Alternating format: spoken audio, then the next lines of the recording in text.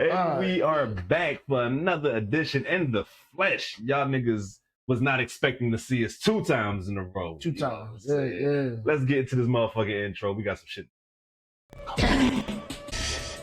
Some good shit. The dopest dope I've ever smoked. Hands down, dopest dope I've ever smoked. Right? Not better. Smoke weed every day.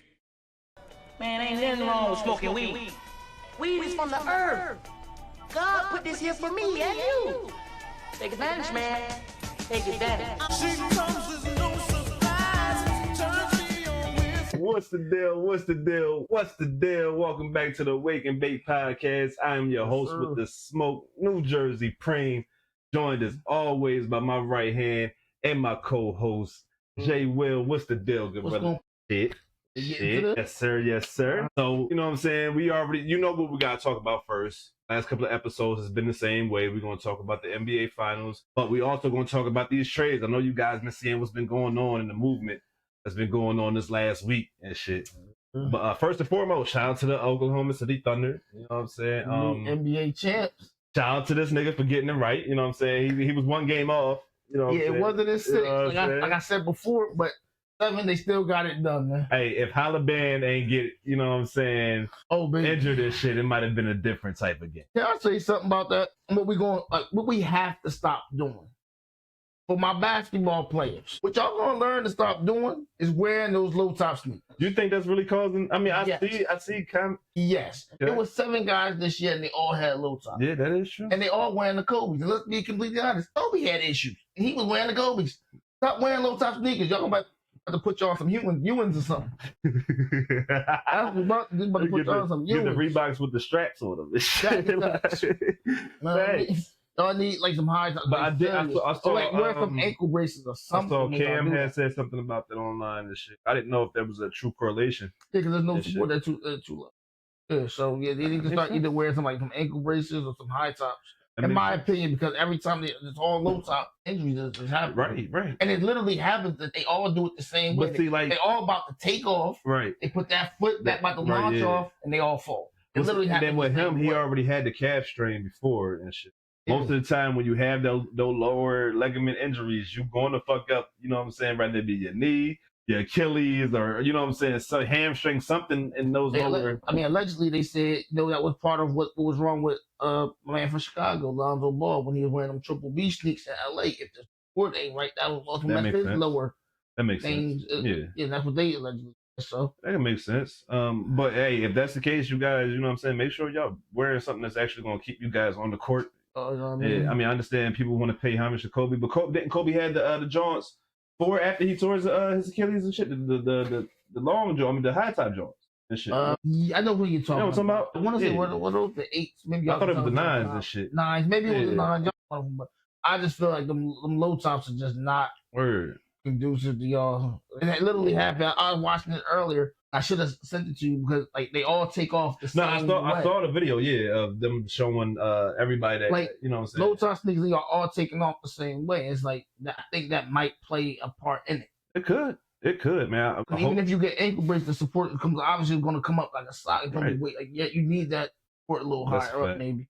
I don't know. Y'all tell me what y'all think, man. Low tops are a yes or a no in the NBA, or just at least in serious competitive. I mean, I don't think that basketball. You should be wearing low tops in competitive. No, I think you can wear them. I just don't think maybe in competitive like high school, college. NBA That's what I'm saying. Yeah, like don't wear them in some real competitive things. Like if you're gonna wear it in the neighborhood on the, it's too many chances you have lower. Washington, Camden or something like that's cool. As a person that had ankle injury after ankle injury, you know what I'm saying? Yeah, I can imagine. It's not fun to have those type of injuries.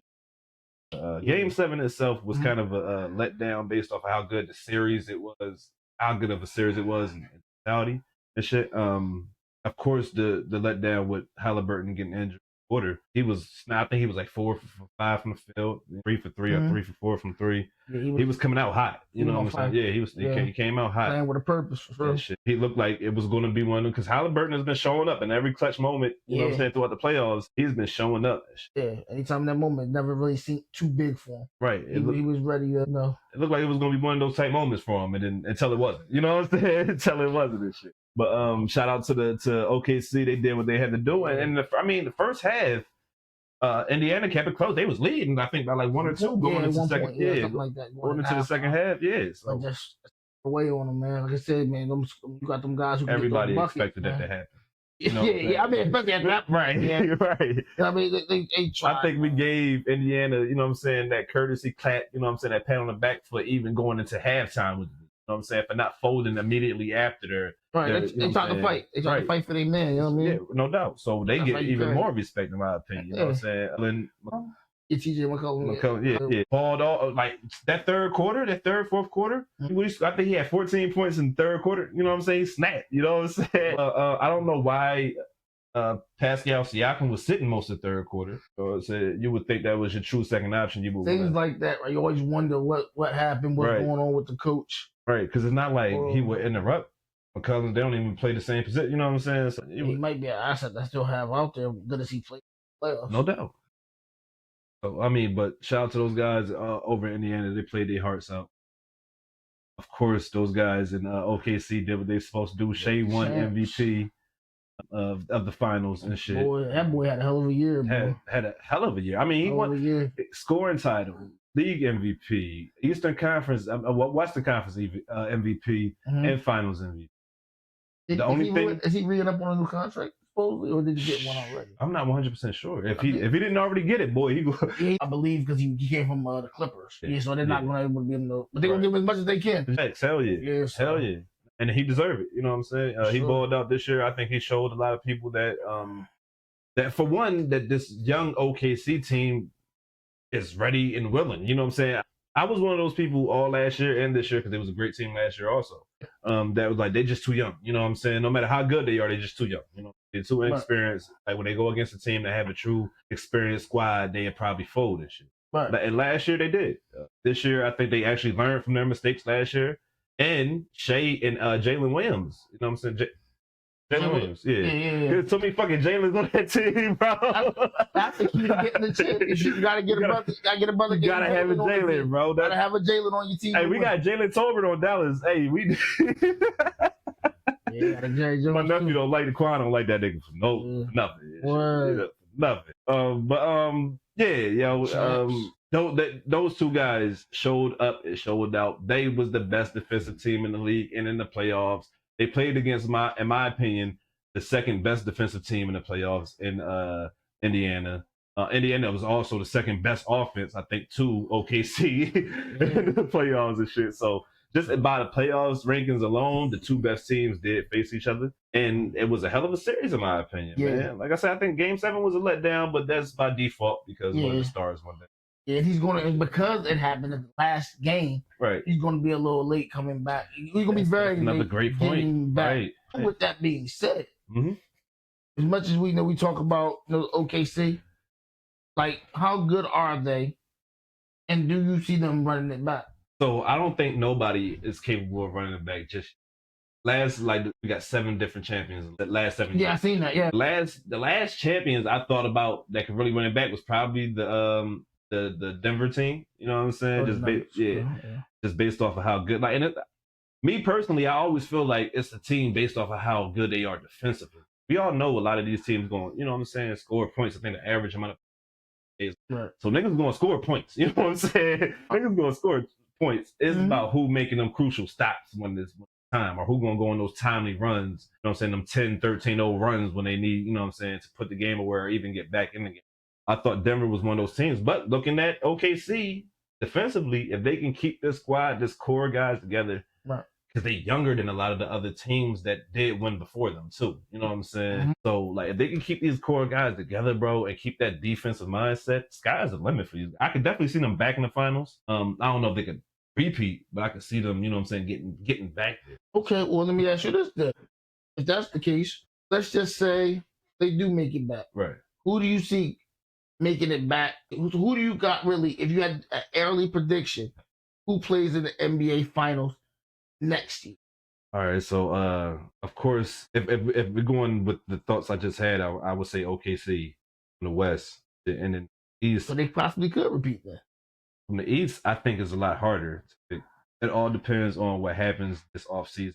Agency trades and where Giannis goes, if he goes anywhere at all, if he gets there, what happens with Dame injury and his timetable coming back. There's so much shit going on in the East that I didn't even realize until what I'm saying. Going down with them trades, man. Man, you ain't lying. It is going down. You ain't lying. But yeah, it's like this: either out of OKC or Minnesota in the West, because I feel like Minnesota is finally gonna get over that hump.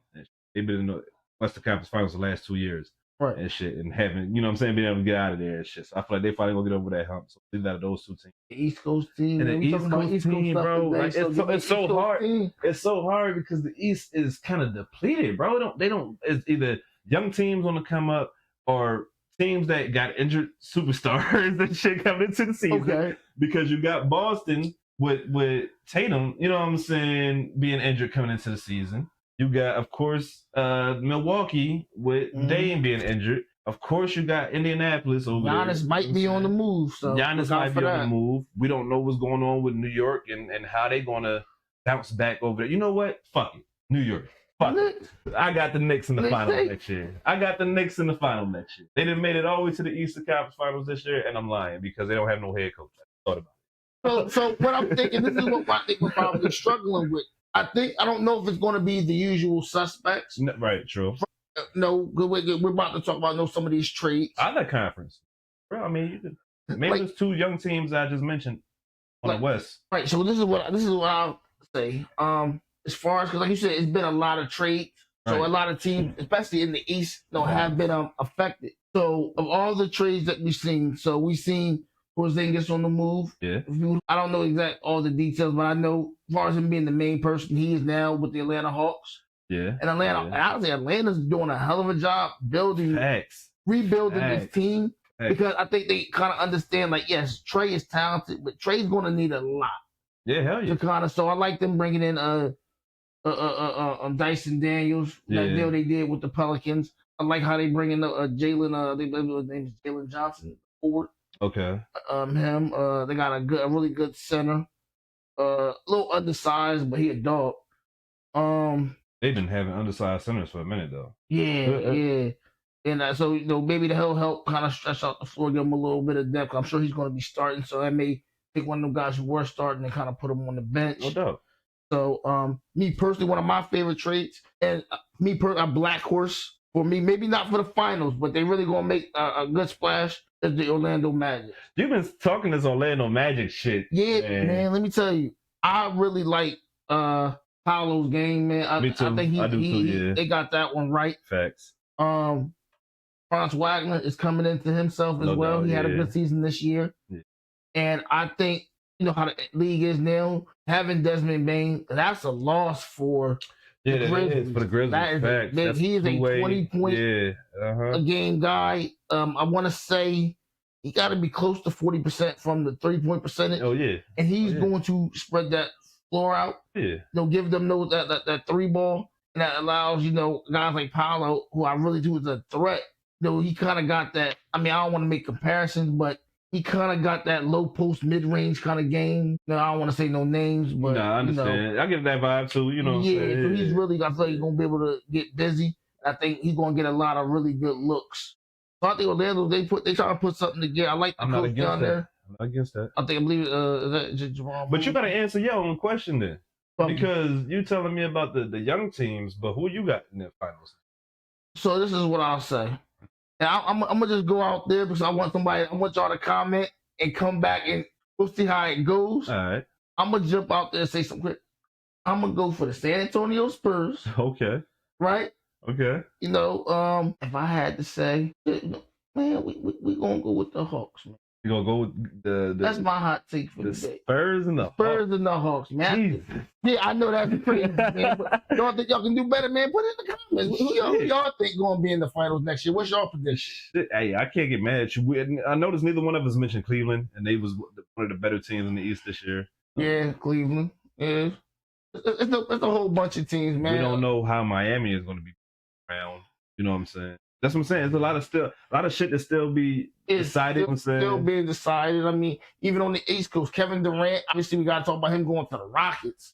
That's crazy. That's crazy. That's crazy. Yeah, and I mean, for what Phoenix got in return, might have won that trade, in my opinion. Well, I mean, you got. It's a lot of guys that say a lot of the same positions. I mean, you got their first round pick. I mean, you got 2 players in return. First round pick. Then you got 5 second round picks. Yeah, they drafted a center. Oh yeah, because the draft was that passed as well. I think yesterday was the last day, right? Yeah. Yeah, day 2. Congratulations to those guys. No, Hell yeah, Oh man, why they VJ Edgecombe went to the Sixers? Oh, Ace Bailey. Yeah. Oh, baby. You know what? Listen, man. Let me tell you something. All right, so Ace Bailey, I don't think that team is a bad place for him to land. I don't think it's a bad place. I think that team with Walter Kessler, I really like his game. They got a lot of good stuff going on over there. That's man. the equivalent of Marshawn Lynch and Buck. I hear you. I understand where you're going with this. But on the court wise, I don't think. No, I think it's a young team. It might be a perfect spot for him. I believe with the point guard, the one guard, young guy they got, George, Keontae George. Okay. I think he's going to be a good player, a solid player on the team. No doubt. He's going to maybe have to carve out a bigger role for himself, but he definitely has a good game. No doubt. Yeah, they got some players over there, man. They just got to put it together. So what teams that haven't made a move you either are surprised by or like you're still expecting? Oh man. Of course, you know my answer. Of course, is the Lakers. Right. What about you? I would say the Lakers as well.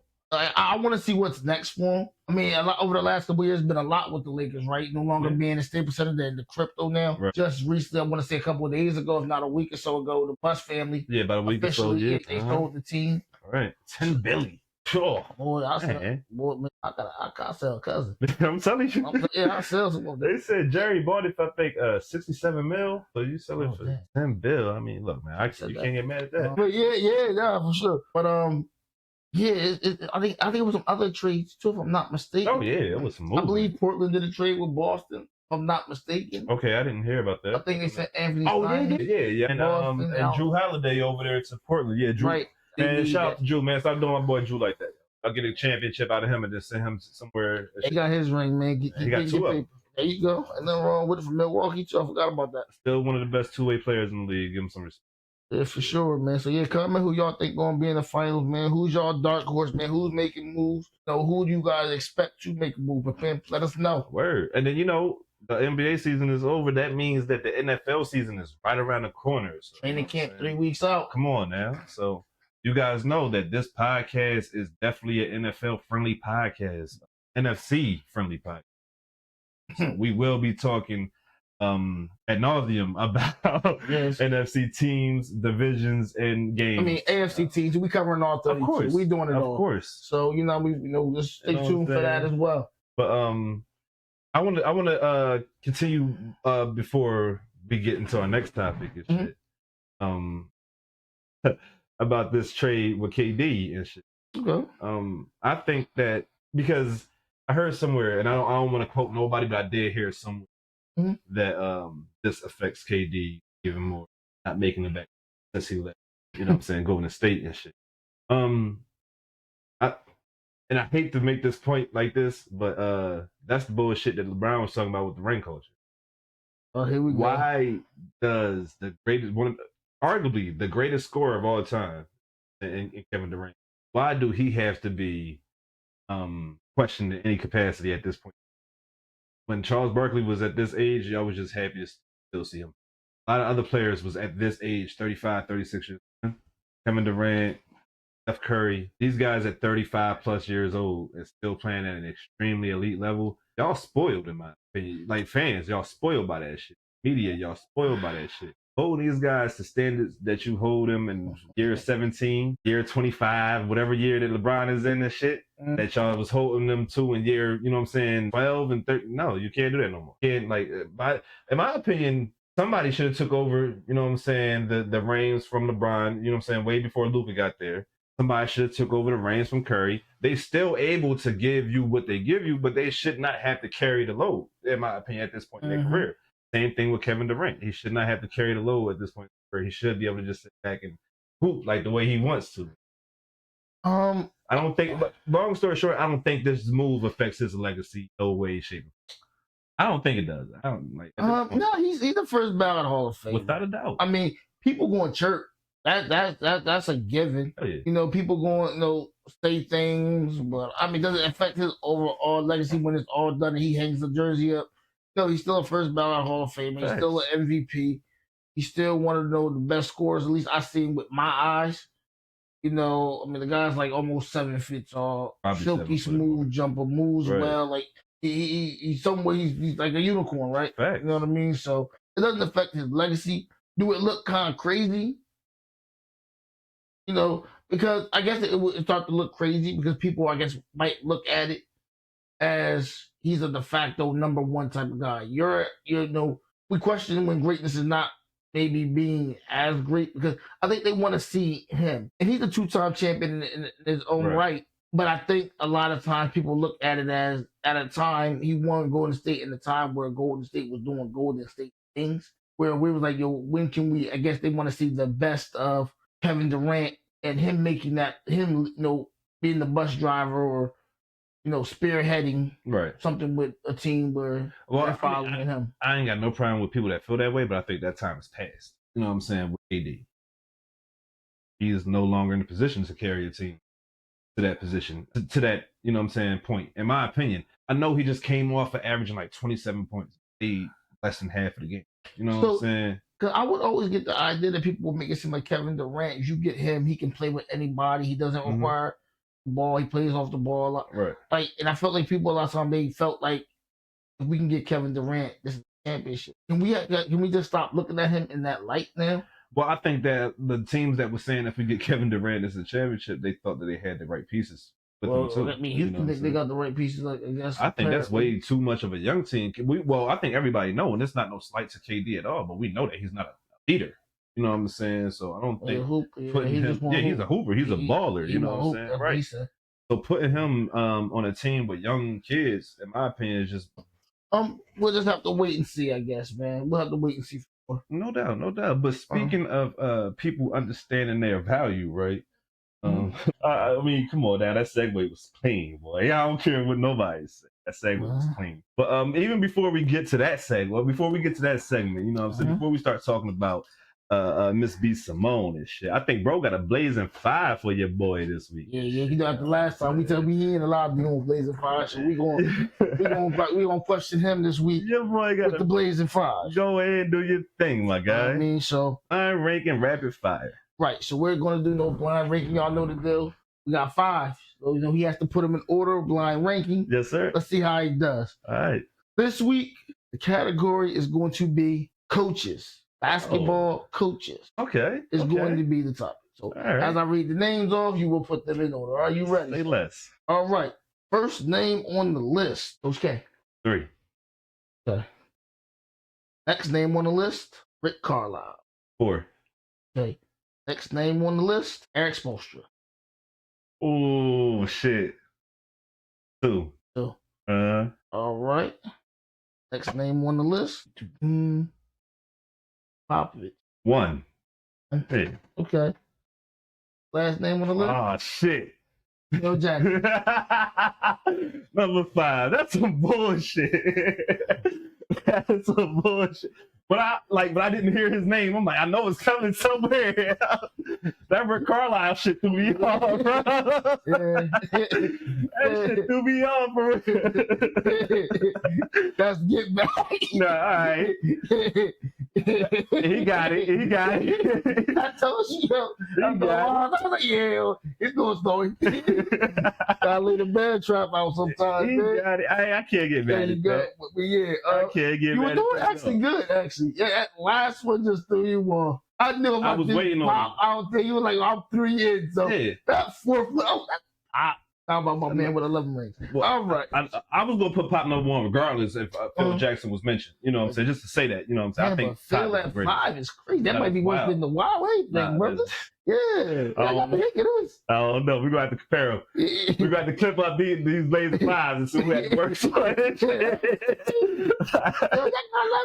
He's behind Rick Carlisle. That's crazy word. That's coach of the NBA. I don't like that. That's great. He got a couple of gold medals and all that. Yeah, shout out to his gold medals. Yeah, Rick Spoelstra. I don't like that. On to the B Simone bullshit. So now you done fucked up my segue. fucked up my segue and shit. So recently we saw a video of B. Simone basically crying on the internet because she said, and I quote, that she can no longer shop at what was the place? Bloomingdale's. I wanted to say Barnes and Nobles. But Bloomingdale's and shit said she gotta go to H&M. First of all, as a nigga from Camden, New Jersey, H&M is where niggas with money go. You know what I'm saying? That's you know what I'm saying? You know what I'm saying? Where I was coming from, or the Mexicans. And shit, that's where I was coming from.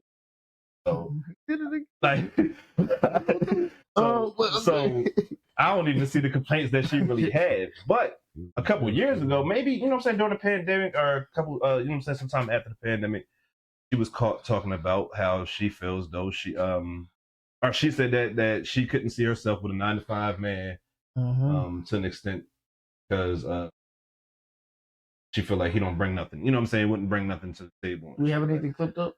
I don't, and I should have had it ready and clipped up and shit. I might be able to do some quick work if you want to take over real quick. No, we ain't got you, man. We hiring. My pay details, talk to him. Word. I got good thoughts. But I don't take this shit serious. I told you how I felt about the situation when we first was thinking about topics. I tell you this right here though. I think when celebrities say and do shit like that, you know what I'm saying, when they say they can't do or fuck with people that's 9-to-5 and shit like that, they kind of alienate their crowd. Yeah, a lot of their fan base work 9-to-5. Well, all right. So basically, for y'all that don't know, pretty much, we don't have it necessarily. You guys can see it, but she was on her podcast or on a podcast, right? And basically, it seemed like she was just saying, you know, how her finances, like most of ours, you know, they kind of up and down. Again, she's not saying she just said, she couldn't afford to, I guess, go to Bloomingdale's. She had to go to H&M because she doesn't have as much money as she's used to having liquid. Now, she's not like broke or anything, right? She still has assets and all those type of things. So she's not like broke. Right. She just saying, like, she just sees a difference in her money, her liquid cash flow, I guess, where I guess it bothers her, that she has to shop at H&M because she can't afford to do, I guess, what she is accustomed to doing. The lifestyle that she was accustomed to living that lifestyle. That's a part of it, right? Going to places like Bloomingdale's, I'm sure. So me personally, I think that's I don't think it's important. Me personally, like that's just again, I can't even really tell her to watch her finances because she's not really broke. Right. She's just not used to having maybe little pocket. Let's see, like this is like a pocket cash, pocket money kind of conversation, which is. But you also are a working comedian too, and as anybody that understands, working comedians ain't supposed to be shopping at Bloomingdale's. So like, what I'm saying, understand who you are and where you are at in your career too. You know what I'm saying? And also, and I'm not saying this to her, I'm saying this to everybody. Don't always try to live above your means to impress other people or try to fit in with certain crowds and shit. And I think that's what it is, right? Because even what you're saying, I think, and a lot of people are starting to look at that and they're kind of bringing up, because she had some years ago, I guess, she had a comment about guys. Yeah, like even when she said that, again, I think we just have to be mindful of just what we're saying. Again, this is something, she has already addressed that, whatever. But I think that's why people are kind of like, this chick, you know what I mean? Oh yeah. Well, people are gonna go and I just think it was I don't think I would have cried about it. Nah, hell no. I think that was a little dramatic. You know what I'm saying? But because where you can't shop at. Yeah, because we come from a place. I know I'm from Camden, Jersey. Some people can't afford to go to the mall to go to H&M. I think that, you know what I mean. Again, I'm not saying that she's not thankful for what she has. It affects her in some way, but I don't think you should be on no podcast crying. To me, that's a bit much. I mean, if you're a comedian, make a joke out of it. Don't be crying. Yeah, that's just a bit much for me. I can understand having hardship, not being able to, of course, just to get yourself certain things, but she's not complaining about not being able to pay bills. Yeah, that's not. This seems like spending money type issue. So I don't want nobody looking at this shit thinking that we just kicking her back. No, we just talking. She's talking about not being able to spend hundreds of thousands, or maybe thousands of whatever dollars. her budget calls for her to do. Right. Bloomingdale's, you ain't spending no motherfucking $50 for a shirt. You spending more than that. You know what I'm saying? So, yeah, man, you got it good, girl. You all right? Don't be on the pocket crying about that. Or come, you know what I'm saying? Come on our podcast. You know what I'm saying? If you're gonna go on a podcast, I was just saying they're gonna go on a podcast. Why not come? I got tissue. But look, you got things. I got tissues. I got handkerchiefs and all that shit. You know what I'm saying? I mean, how do y'all feel about it, man? Again, and look, like I said, like I think that's also a lesson. You know what I'm saying? Don't try to live above your means at all times, especially when you're working to get to a certain position. Once you get there, do you? You know what I'm saying? But when you're working to get there, you know what I'm saying? Well, no, that's a message for us broke folks. Yeah. Oh yeah. Watch your spending. I mean, that's not her. Again, I don't know her finances. I just know what we see on the podcast. Yeah, for us. I know she said she can't go to Bloomingdale's, and if I walk into Bloomingdale's, I'm probably gonna get. I don't think I've ever been in Bloomingdale's. Nah, hell no. She said Bloomingdale's. I'm thinking the place to sell the David Bridles. Oh man. So look, you got me with a blazing fire, man. Before we get into our next, you know what I'm saying, segment of this shit, I got a little something for you. I got a start bench cut for you, right? But this start bench cut is a little bit different than normal. We doing TV shows, right? Not just any TV, doing particular black sitcoms. Y'all man always up to something. Come on now. So start bench cut. Okay. Fresh Prince of Bel-Air. Jamie Foxx. I'm cutting Jamie Foxx. Cutting Jamie Foxx. God, that's crazy work. I mean, I understand. Process of elimination? Yeah, we're going to cut Jamie. So we can make this a little easier. I'm going to start Martin on my bench with Fresh Prince. Okay. All right. I ain't mad at that. I love Jamie Foxx show. I was about to say, you want to give your reasoning? I just don't think, at least to me, I mean, how do I say this? It was certain moments I felt like we got from like Fresh Prince, Martin. I felt like I think they all were like comedies in a sense. Oh hell yeah! I guess they all had their small bit of drama, but I just felt like Fresh Prince definitely was more dramatic than the others.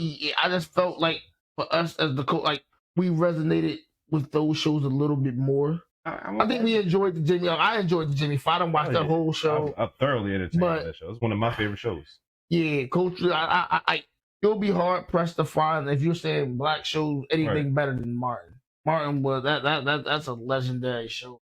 I'm not here to argue with it. I think that was a great way you put it. Yeah, it's hard for me to bench Jamie Foxx just off of my personal feelings because I'm a huge fan of Jamie Foxx. Same here. You know what I'm saying? Same here. But we're talking about the show. I didn't talking about the individual. My personal favorite show out of those three is the Jamie Foxx show. Okay. That's my personal favorite. Then it would be Martin and the Fresh Prince. Honestly, I got a couple of shows. So that would be me personally. Oh, you cutting both dark skin and light skin out there. Gotta let them go. I'm both little Nicky and all them. Let them go, bro. Let them go. Gotta let them go. I might put the Wayans brothers over Fresh Prince. That's here for another, you know what I'm saying, whole nother day. Word. But we about to get into our latest, you know what I'm saying, unveiling of our top 50 East Coast rappers. Yeah, man, and appreciate you guys. Watched last week, tuned into the list. We seen your comment. We appreciated them all. You know what I mean? Without a doubt. Keep them coming. Keep them coming. If you don't agree, like I said, or like we said, we would love to see y'all list. Match our list. You know what I'm saying? Let us know. You know what I'm saying? But let's get into this top 50. You feel me? You know what I'm saying? So this is 40 to 31. You know what I'm saying? You know what I'm saying? And I ain't even gonna hold you guys too long and shit. We're gonna start this off right now, unveiling number 40. And you guys, this past week has been very eventful for number 40. You know what I'm saying? That's all I'm gonna say. I ain't giving it away no more. Who at 40? Here we go. Number 40 is the capo himself, Jim Jones and shit. Jim Jones made the list. Jim Jones made the list. We love Jim. He made the list. We got him as top 50. He made the list, man. Jim Jones is coming in at number 40 on our top 50 on the East Coast. Yeah, Diplomats. One of the what do you think? Well, I mean, how I looking from the outside. One of the founders, one of the members of Dipset. Oh, without a doubt. I mean, legendary group. Look, young niggas saying that Jim Jones is very influential. I'm not a young nigga, so I can't say that. Me personally, probably of the two of us, I'm probably the bigger fan of Jim's music. Yeah, no doubt. I think when you look at hip hop, at least on the East Coast, out of New York, I felt like as far as projects being put together. I think the last couple of years, Jim's been one of those people you have to mention. No, I can agree with that. You know what I mean? Without a doubt. Not just even in New York, for sure. Again, East Coast. He's been, somebody we have to mention. He's been doing. He's like, this is not the same Jim from like way back. He's actually gotten better. You know what I mean? Word. Do I think he's better than Nas? Hell no. Well, but he's gotten, when y'all see where Nas spot at, and y'all see where Jim Jones is placed at, y'all understand. Yeah, but shout out to Jim, man. Shout out to Jim, bro. What we got coming in number 39? Number 39, we got another Philadelphian coming. Black Thought, Roots. What y'all know about Black Thought, man? One of the best MCs. I'm talking about when it comes to rapping, lyrical ability, one of the best that you'll find. He had a feature run this past couple of years that was damn near unmatched. My favorite features from him was on Toby Nwigwe song, Father Figure. Him, Royce the 5'9", and Toby Nwigwe. Black Thought murdered both of them niggas. Again, Black Thought, legendary, just dope MC out of Philly. Facts. Member of the legendary group, The Roots. The Roots. You know what I mean? I think you can catch him on Jimmy Fallon still to this day. I think The Roots, they be up there. Yeah. Making that late night money and shit. Hey, man, nothing wrong with it, man. It's late night, something. It's almost like mainstream. Right? Yeah. You on Jimmy Fallon, right? I like the in-house band for Jimmy Fallon, so that's dope. You know what I mean? A little thought process into how we, went about making this list. We really had a hard problem with placing people that was part of groups and shit, because it's like, how can we place you over a solo act and have as much work or because we didn't think about putting guys. We didn't put groups in. We were doing it more of individuals. Right. Now you got credit for, without a doubt, being a part of certain groups or movements or whatever, record label, whatever, being there, you got credit for it. But it was an all around list. Everything from your lyrical ability, song making, sales, everything that comes with music. Right. So that's why, as you watch the list, why people are ranked. You know what I mean? And again, you're gonna have newer people. You're gonna have, the usual suspects. You're gonna have some people from the forefathering time. You know what I mean? It's just a mix of it's just our list and how we view it. No doubt. I mean, you ready to go on to 38? Let's do it, man. We got it 38-ish. Oh, we got the teacher at 38. Oh, we got the teacher at 38. And Mr. KRS-One. Shout out to KRS-One. For one, I always said this about KRS, and I stand on this. He's probably the best freestyle rapper that he is. I don't think there's not too many people that probably live like hip hop. Like live, breathe hip hop, facts. Especially hip hop, like from its inception. No, facts. The hip hop that he this dude still be out here graffitiing, cuz. Word. I think he break dance too. I'm not sure. And he still teach you some shit. You know what I'm saying? With the cardboard on the ground, that's what he break dance on. Yeah, they do. They find like little alleys and shit. Facts. Yeah, they do that. Facts. Yeah. But he, you know what I'm saying, the teacher, he was influenced, you know what I'm saying, a big influence on a lot of our favorite rappers. He was a great influence on my favorite rapper, which is Nas. Shout out to the teacher. Shout out everything that he's done for hip hop and still doing for hip hop. He's still out here teaching younger generations. Definitely made people lean into that science of what makes hip hop kind of no doubt magical. You know what I mean? So we gotta give it up there for that. Facts. Who we got in at number 37? Oh man, we got the Broad Street Bully coming in at number 7. Excuse me. Leave your opinions in the comments. All right. Hey, listen. First of all, this bottom part of the list, I'm talking about from 50 to 40 so far. No, we gotta explain ourselves. I'm not explaining nothing. I promise you. I'm really Philly heavy. You know what I'm saying? I just realized. We don't explain that. No, you don't like it. Listen, I have no problem with Beanie Siegel being at 37. If you got a problem with Beanie Siegel being at 37, put something. Right. I bet you he got out rap your favorite rapper. Feel it in the air. Like, hey, listen, ain't too many. What man? Siegel was the name that they gave me. I mean, Beanie Siegel. I mean, a member of Rockefeller. Oh yeah, hell yeah. No, State Property, of course. State Property. We talking about these guys. As a group of dudes who didn't even know each other, went to Hot 97, I believe it was, and tore it down. Freestyle. It becoming actually one of my favorite albums to listen to. Still, it's in in that playlist. And to me, I think he's one of the best MCs to ever come out of Philadelphia.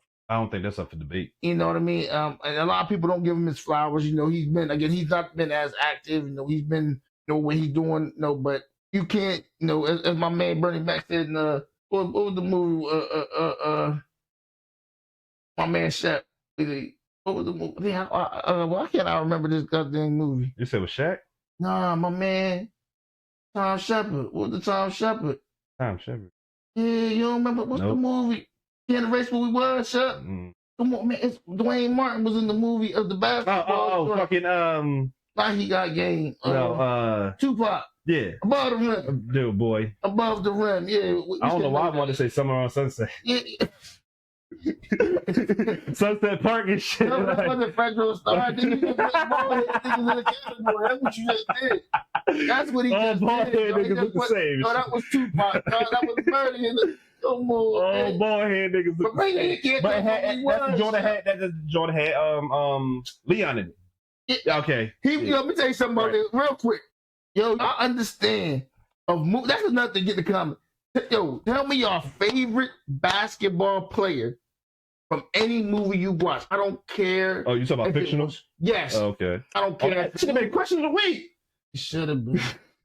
Fuck it up. Fuck it up. But since with blue chips, he got game. Listen, like Mike. Listen, I'm taking Tom Shepard over all of these cats. Let me tell you why. With the shoes on. Let me tell you something. Have you ever seen anybody? At least not me. This man had a thermal on. It looked like it was summertime. He had corduroys on. And he came out there and ain't stretching nothing. He's like giving niggas bucks. I swear he had gloves at one point too. Bro, he came out of nowhere. He ain't want to play basketball. He played basketball by himself with no ball for a good part of that movie. Ain't want to be bothered. He just came out and it was cooking niggas. Yo, with a thermal up top and corduroy pants at the bottom. Stop it. Like he was giving y'all get through this damn list. You ain't see him. It was. He brought the Euro step to the hood. But I don't want to see him next Shepard. Michael Beasley don't want to see Tom Shepard. Shepard was a cool nigga. Corduroys is crazy. Who do we got at 36, nigga? Oh, think about it. Who we got at 36? We got P, Prodigy from Mob motherfucking Deep. So look, this is part of the reason why we said that we had a problem with the group thing, right? Because we didn't know where to actually, if we're going to put groups in, especially if we're putting duos in, we can't split them up. This is not going to be how y'all be doing Outkast. I really feel like that's fucking disrespectful. We're not going to do that. We're not going to do that. So we ain't going to spend too much time on this shit because we're coming right after him. It's his partner in crime, Havoc, and we got Mobb Deep respectively at 36. So if we're going to talk, we got to talk about them as a crew. Right. Of course, Havoc has been doing great on the production standpoint throughout the years, of course. You know what I'm saying? P the same way. P is a great songwriter, as in Prodigy and shit. Yeah. It's so funny though because of course one of their biggest hits is with them and Lil Kim. That shit was Quiet Storm. Yeah, I mean that was definitely probably one of the better commercial joints. Right. I mean, yeah, I understand. You know, right. I understand these got obviously early '90s out of New York, Queensbridge, I believe. Yeah. To be exact. Yeah. Hey, anybody that you know what I'm saying, you younger generation right underneath us, y'all might know them for being a part of June. You know what I'm saying? I mean, you know street poets to the maximum for sure. Oh, without a doubt. You know what I mean? Hey, some older heads might know them for being on the Summer Jam. You know what I'm saying? Some people might know. I'm just telling y'all how y'all might know these people. You know what I'm saying? I was gonna say something else. All right, man. Let's get on to 34 and shit. Let's get through this list. Apparently, I'm just an asshole. I don't know what's going on. But we got Joey Crack Don, Fat Joe coming in at number 34. And I'm gonna take something from my co-host, and he before he get a chance to say it, and I'm still in his swag real quick. But Fat Joe was one of those guys that can make a hit in any fucking era. He's gonna find a way to get a hit song. You know what I'm saying? Yeah. And there's not no debates for it.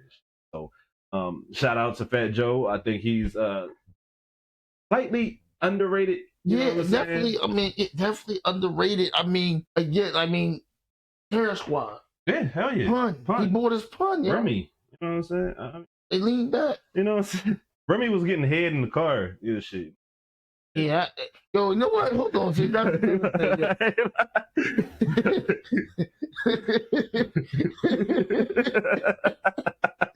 Yo, like looking back at that definitely happened in the video, right? She was driving the. He came up like 45. He came, yeah. Is she? She had a date at 8. She was in 7:45. This shit. Forget it. Listen. I mean, yeah. Some of my me, myself, and Don Carter, Gina. I mean, those jealous ones. No, still envy. Like a lot of classic albums. Facts. A lot of classic songs. Classic songs. Facts. I mean, the guy's a hit maker. Without a doubt.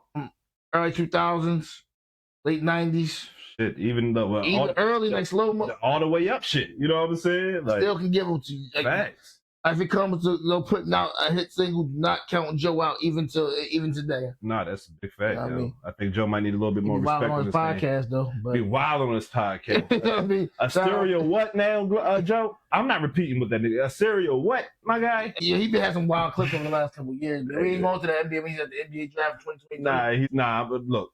On to the next. We got number 33 being shout out Joey Crack.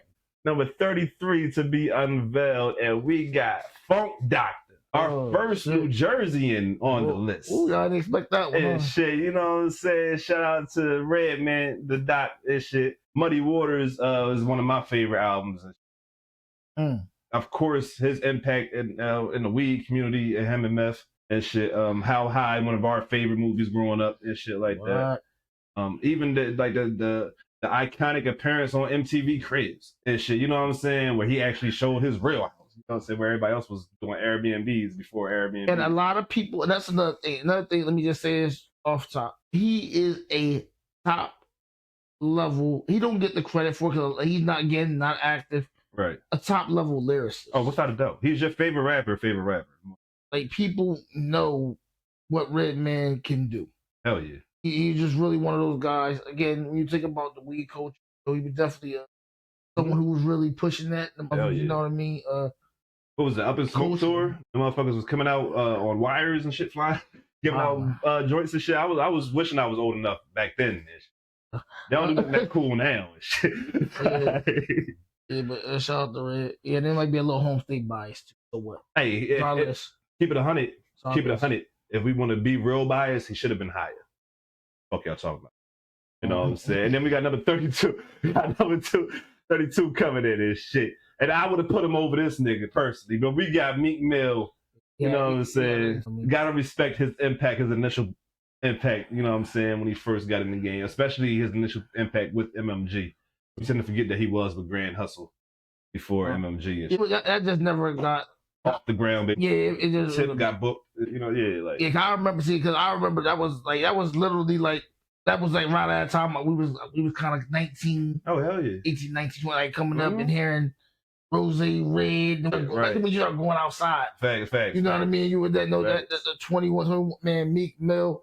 At least us definitely growing up in the tri-state Jersey, Philly, Delaware area, man. Mill Philly when he was at his hottest. I'm talking about street level wise. Man, I'm Flamer mixtapes. What? I think the first mixtape I heard in the city from Meek was probably Flamers 2. Boy, if you want to go further back, Bloodhounds, facts. Oh my god, facts. Meek, that freestyle, you start rapping that freestyle. Anytime niggas just start doing that, Joe, was a glizzy on did that. Clip hole 30. Fuck was doing niggas dirty. Nah, that was remember that DVD era, man. Oh hell yeah. Philly DVD. Him and Reed Dollar going at it and shit. The NH. What a time to be alive. If y'all didn't know, y'all know. What a time. And to see him elevate to somebody who was again just so close to the heights that he has made. Facts. Meek be doing some interesting things sometimes, but man, we all watched it and witnessed it. Word. That was the thing. Word. You literally could have caught him at Clash of the Pinnacle in those days. It was I mean, pretty braids in the V-neck and shit. You gotta give me some credit though. Gotta give me some credit. Then we got our last entry coming in at number 31. Before we let this go and show you guys who we got at number 31, make sure you guys leave a like down below. Make sure y'all hit that subscribe button and all that good shit. You know what I'm saying? If you guys are fucking with the content, make sure you letting us know that. Yeah, You know man. And like seriously, like if you guys like let us know, that we will talk about it on the pod. Hell yeah. Like Hell yeah, we are the type of pod, we are interactive with those comments, so we definitely enjoy the comments. Without a doubt. You know, because it actually helps, you know, helps us kind of, I feel like, mind us with you guys. No bullshit. So yeah, please comment. You know, because you know, we look at them, and you know, it actually kind of helps even give us ideas, things to talk about, and definitely. And then yeah, always like we definitely want to shout y'all out too, man. Facts. Like credit for y'all. But coming in at number 31, we got a great pioneer in my opinion. The Queen Bee, Little Kim. Oh. You know what I'm saying? I think, look, me personally, I feel like Kim could be higher just based off of her influence over female hip hop culture. You know what I'm saying? But I also feel like this is a good spot for her. Also, you know what I'm saying? With a lot of Kim's best work was written by Big. You know what I'm saying? A lot of her best work after that was written by Mace. You know what I'm saying? But you know what she did do? It wasn't too many women, at least to my knowledge, that were trying to sell like that type of sexy kind of raunchy kind of. I guess like she was. I mean, think about it. When you see all what these chicks be wearing in the ice fight, Kim, they wouldn't been doing that with Kim. I mean, I know Nikki loved to say that she's the mother of a lot of these, but that Kim is really the mother of a lot of these women. And don't get it fucked up. Kim can rap on her own. No, Kim can really rap on. And you go ahead and make your point that you made. I don't want to keep still shit. No, please. But he made a great point when we was discussing this list. When we was putting it together, that Kim is kind of like the game. Like these guys can rap their ass off. They just don't make great songs. Their song structure pretty bad. It's like not the best. Right. I mean, she's had songs. I ain't gonna. I mean, Put Your Light Up. You know what I'm saying? One of her bigger hits. She's had records, but Cultural Impact, being over there, Bad Boy, like she was just. To my knowledge, that verse on the My Deep shit she wrote that shit. You know what I'm saying? Right, like you know what I mean. So that was one of the best verses in hip hop. You know what I'm saying? So he was spitting on that. And Kim was one of them females, as one of the first females that made men buy female albums. Every dude and every older cousin in my family had a little Kim CD and poster on it. You know what I'm saying? And I said, not just it's all things cultural impact, man. And I just think, you know, when you talk about women, you cannot talk about Kim.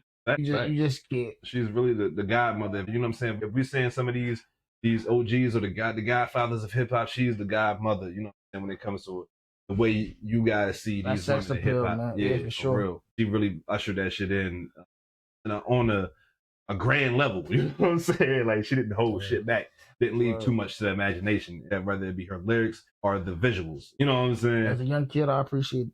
Wholeheartedly. You know what I'm saying? 100%.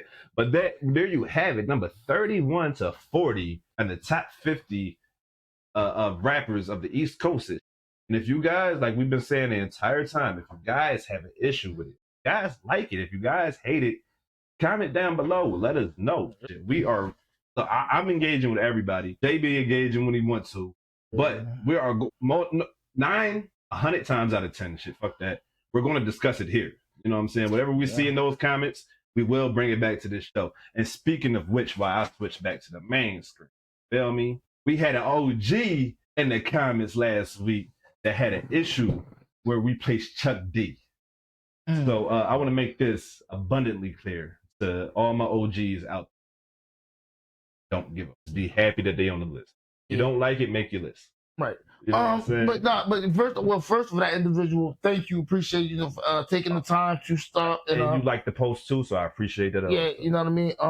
It's just a list. You know what I mean. People are going to be ranked up and down different places. You know, but let me just say this: like we don't have any biases towards. You know what I mean? Well, he don't have. I got Jersey bias. I got a little Jersey bias too. I know. But they're not like, you know, we have to look at the whole scope, right? So we can't just do the hit, the hop, the hit, the hop. Melly Mel will not be on this motherfucking list. Right. I'm sorry. Next week is going to have y'all hype like that. Yeah. So but yeah, man, like we're not going to put a whole bunch of like young people just because it's hot, it's current. Right. We're not going to put, you know, J. Cole. Patreon, I guess. Yeah. So, but so I look at hip hop like this. It's not always who did it first; it's who does it. Without a doubt. And again, from an overall standpoint, you know what I mean. So, but again, Chuck D is on the list. Oh, yeah. And deservedly so. The only thing worse than where his ranking was is him not being on the list. Right. He on the list. But to that old head, you ain't have a problem with nobody else being over Chuck D other than those two women, bro. You gotta protect these women out here, man. Come on, Absolutely now. do, brother. You ready to move on? You got anything else left for this segment, right? But yeah, man. For real. Tell us what you think about 40 to 31. Please. You know what I'm saying? Please do. Please do. So before we move on, guys, like I say, I want to remind you guys to make sure you subscribe to our channel. Make sure that you're following on all social medias at Smoking Buzz, at New Jersey Preem. Yep. Also, you can go on Patreon and become a buddy.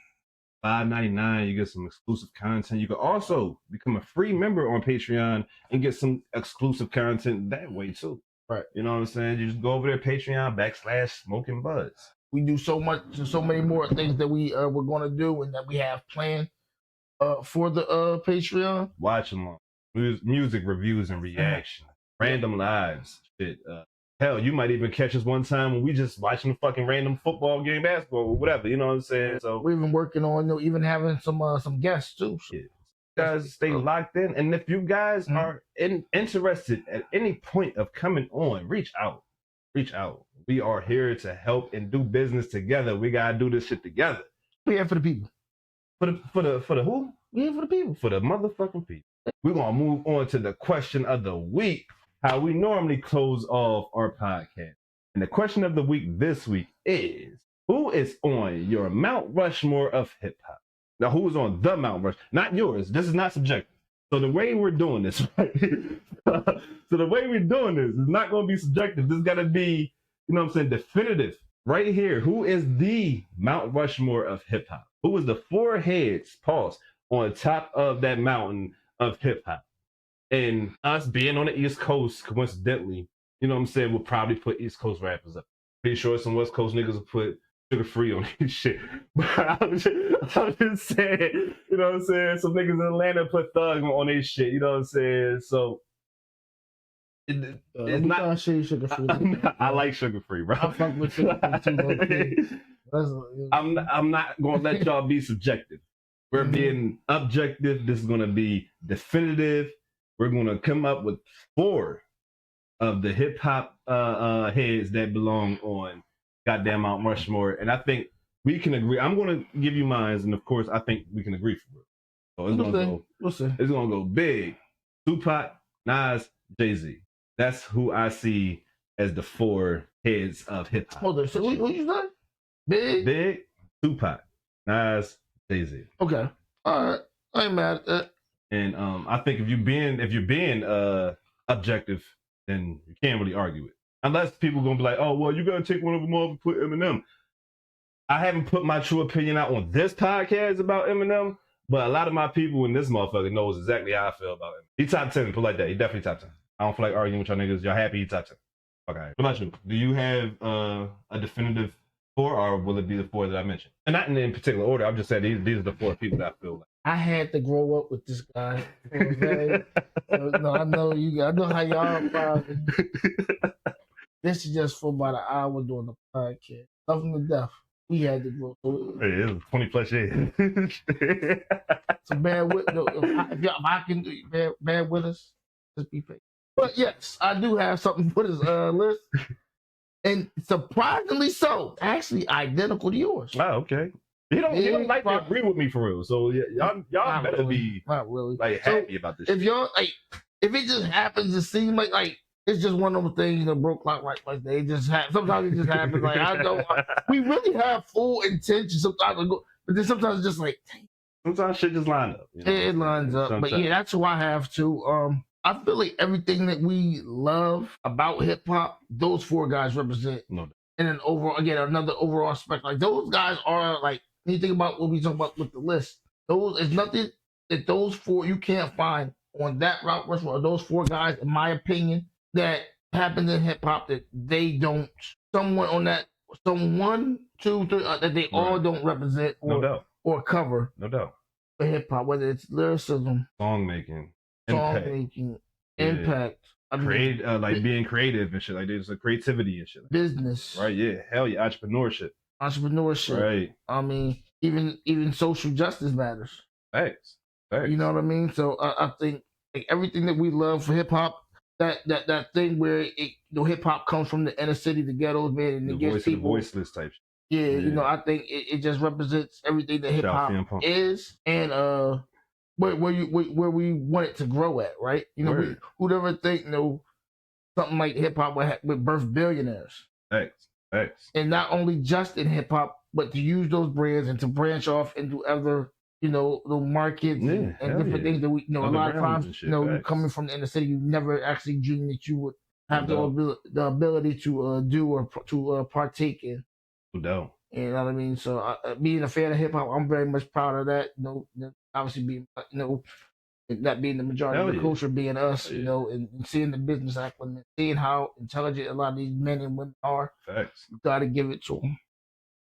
Especially from the circumstances that we can relate to. Most of the guys that tell these stories, we can hear a lot of similarities, and their stories compared to ours and shit. Regardless of where the people are from and shit. Yeah. That's why I feel like those four guys. It don't matter. Right. Whether you from Chicago, you from you from Houston, you from Miami, you from Camden. No matter where you from, man, the ghettos is the ghettos. So since their inset, since I don't know who was the earliest one. I might have been everybody. To drop. So I say since Pac dropped to Nas' latest drop, because he was the latest one out of him and Jay, right? Who, Nas? Yeah, to drop something. That's what's first. No, I'm talking about lately. Oh, lately? Oh, yeah. Jay. Right, yeah. They over here making $1 billion somewhere. The point I'm making Nas already getting money too now. From Pac first album to Nas' last album, their influence and impact has been all over. You know what I'm saying? Hip hop from 92, 91, whatever. You know what I'm saying? To 2000 and motherfucking 25. Those four guys' name has been imprinted on every fucking generation, every inception of hip hop. You know what I'm saying? So I think that you can't get better than that Mount Rushmore of those guys. I might get ChatGPT to put up a Mount Rushmore, have a graphic. You know what I'm saying? But that was the question of the week, guys. And normally at the question of the week, we go ahead and say our goodbyes and you know what I'm saying. But before we go, I do want to, remind you guys, and I know I've been saying it a lot towards the end of the pod, and that's only because I didn't say it at the beginning of the pod. Make sure you guys subscribe. We actually reached a couple of our goals for real over the last week. When we came to y'all with our last podcast, we was just on the verge to 100 subscribers. We hit 100 subscribers and then blew past it, guys. We at 300 and some change right now. Last time I checked, I think we was at 334. You know what I'm saying? So keep subscribing. And we doing a lot of that show. That's 100%, y'all. Thank you. We appreciate it. 100%, you guys. Keep doing what you guys doing. We're going to keep doing what we doing as long as you guys allow us to do so and shit. And you know what I'm saying? With that being said, as always, peace and love. And remember to stay fried, my friends. Peace.